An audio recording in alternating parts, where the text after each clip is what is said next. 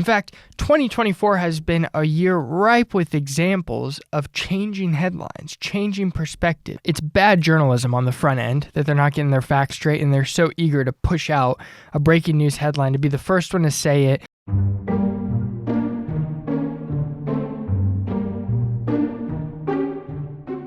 All right, folks, it's official. Today is July 4th, and it is my last day doing this. Now wait just a doggone minute. Oh, it isn't. Okay. Oh, all right. All right, folks, it's official. Today is July 4th, and it's a great day to tune into Worldwide. What? What? Another? It isn't July 4th? Could be. We're not sure. We can't trust our calendar. What do you want me to say then? Okay. All right, folks. Today is, well, just another day. Now, wouldn't that be annoying if every time you got a headline or a news flash, that is what was happening behind the scenes, is it was changing? So then in a matter of 5 minutes, you had a completely different headline. Well, sadly, believe it or not, that does happen in mainstream media and main newsrooms and big newsrooms. Yes. In fact, 2024 has been a year ripe with examples of changing headlines, changing perspective. It's bad journalism on the front end that they're not getting their facts straight, and they're so eager to push out a breaking news headline to be the first one to say it, to be the first to identify with a certain group, and kind of mixing up the facts in the meantime so that you have to cover your behind. So this year, we've already had 3 examples that are pretty groundbreaking. The first is the freshest. Subway, eat fresh. This is probably all over your feeds right now, what happened at the debate last Thursday. So a week later, the media has been backtracking all that it said for years about Joe Biden. And it's ugly. It's not what you want to see from prominent news sites that many in America are trusting. So I'm going to pull up some headlines of what they initially said about Biden's cognitive state. CNN Politics. Right-wing media outlets use deceptively cropped video to misleadingly claim Biden wandered off at G7 summit. So the big bad right-wingers are trying to make it seem like Biden has no idea where he is. Okay? All right. The White House on Monday hit back, I think this is the New York Times. White House on Monday hit back at critics who have cited recent videos of United States President Joe Biden to suggest he is mentally impaired and physically frail, less than 6 months before presidential elections, in which he's expected to take on his predecessor, Donald Trump. So they're saying critics, haters, are basically saying this outrageous thing that he's frail and mentally unstable. How about this? Michael Douglas, one and only, defends Biden's mental acuity and says he's sharp as a tack. For those of you who have never been poked by a tack, it's pretty sharp. That means he's the man for the job. Well, in case you didn't watch the debates or the fallout from the debates, let me show you what happened on Thursday night. Billionaires in America. And what's happening? They're in a situation where they, in fact, pay 8.2% in taxes. If they just paid 24%, 25%, either one of those numbers, they'd raise $500 billion, I should say, in a 10-year period.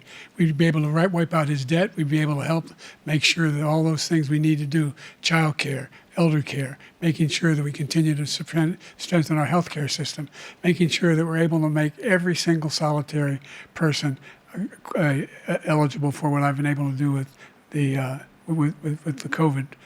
With dealing with everything we have to do with.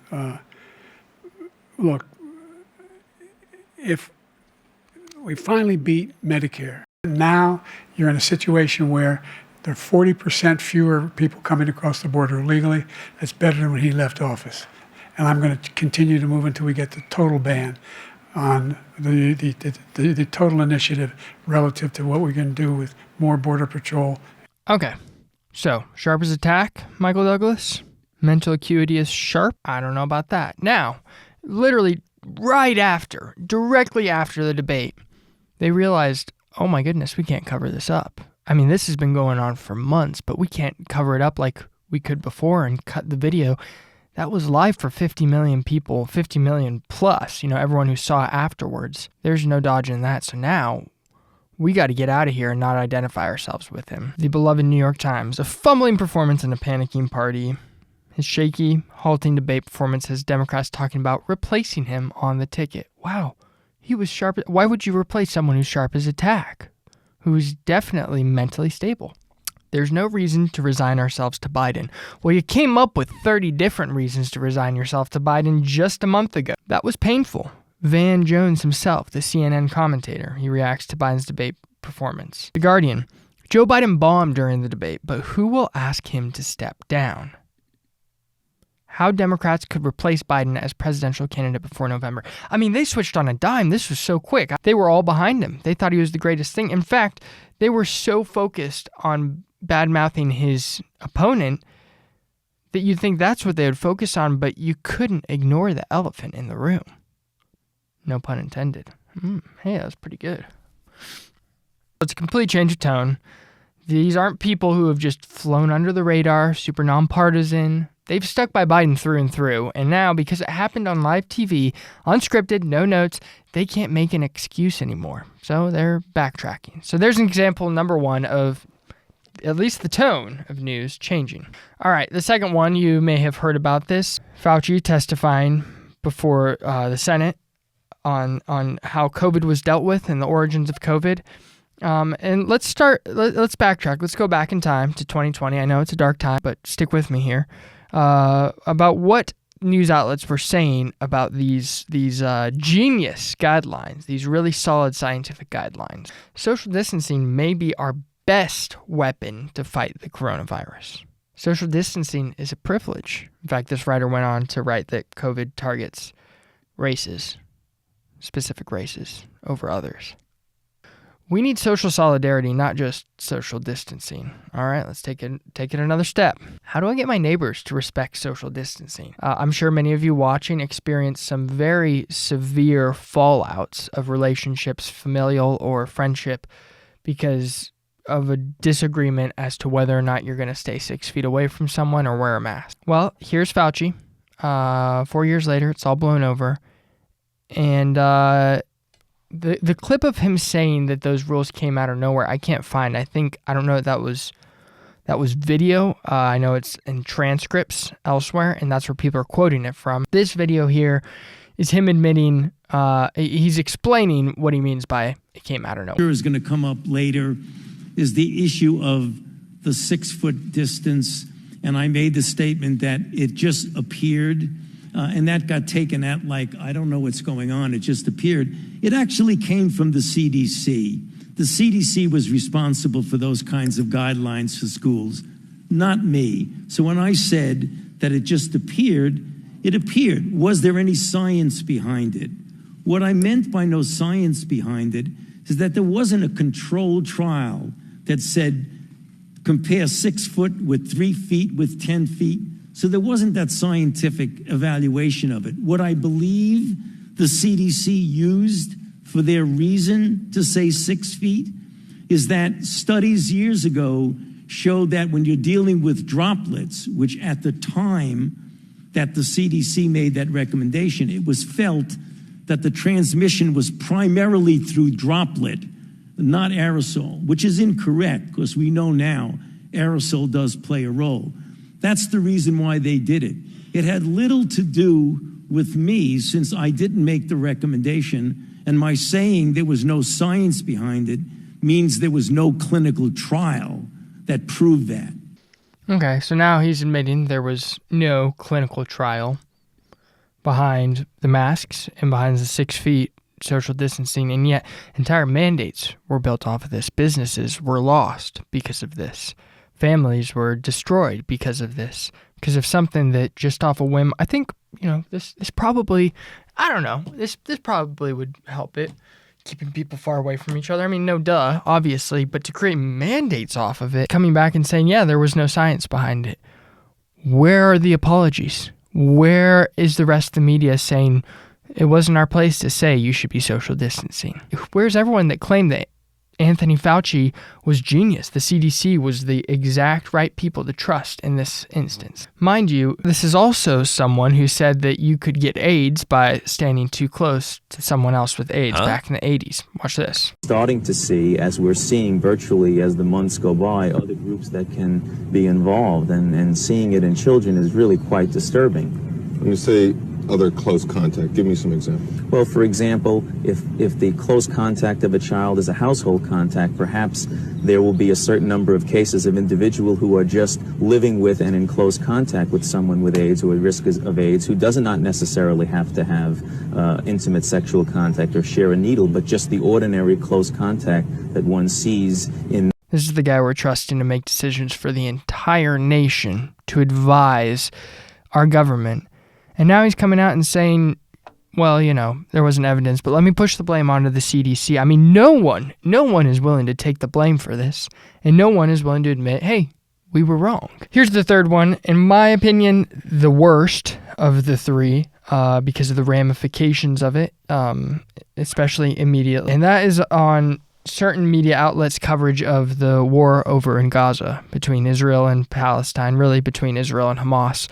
The Free Press has done extensive coverage on this, and outstanding coverage, in my opinion, and kind of where I came upon this conundrum that's going on of changing headlines.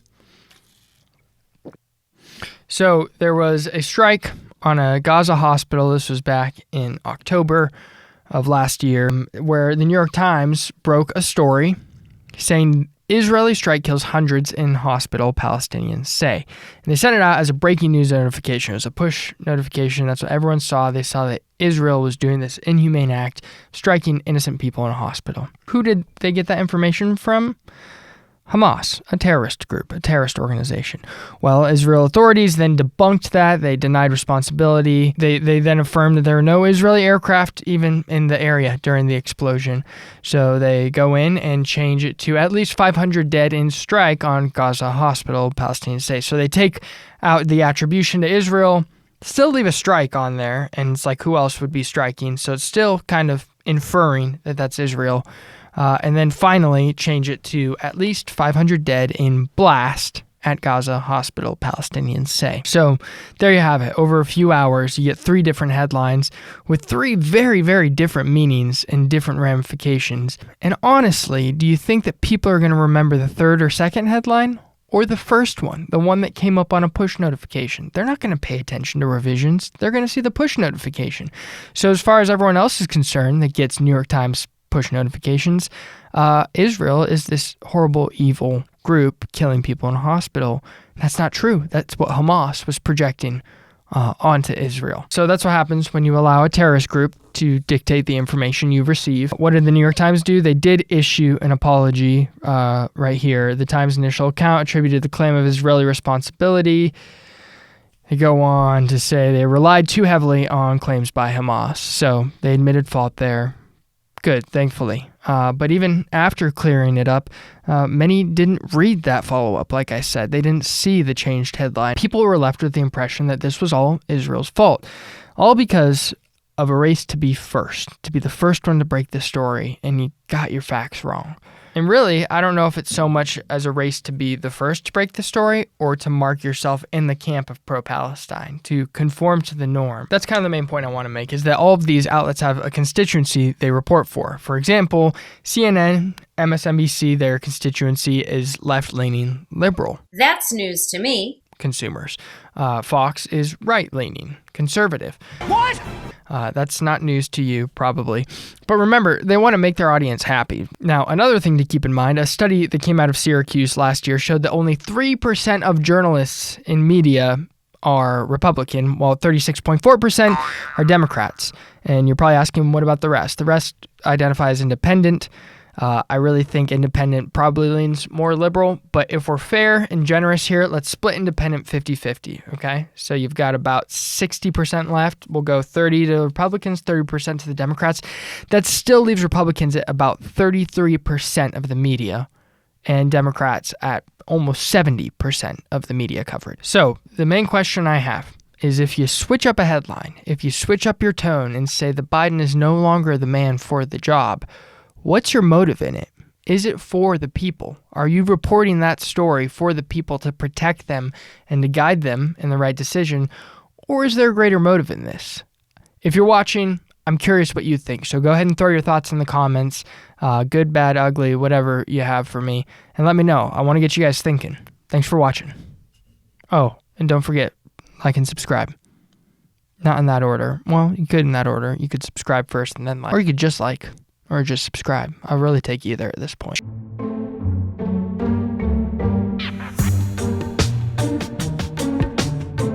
Hey, I'm Caleb Bailey. I'm a reporter with World Watch News, and we are a daily educational news program for students. Our team tackles current events and human interest stories all in one, while hopefully not leaving you stressed out. Along with these videos on YouTube, we have a full 10-minute show. And if you go to worldwatch.news/YouTube24 and use the code YouTube24, that's all caps YouTube24, you'll get the first month for free. So if you like what we're doing here, try out our full news program. 10 minutes, 5 days a week. Just use the link in the code and we'll see you over there. Thanks for watching.